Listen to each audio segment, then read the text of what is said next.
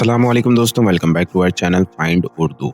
Equipment equipment का मतलब है सामान, आलात, तजहीज़ात।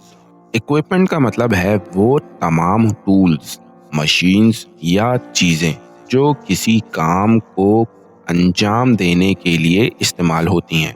ये घर, ऑफिस, फैक्ट्री या किसी भी काम के लिए ज़रूरी चीज़ें हो सकती हैं।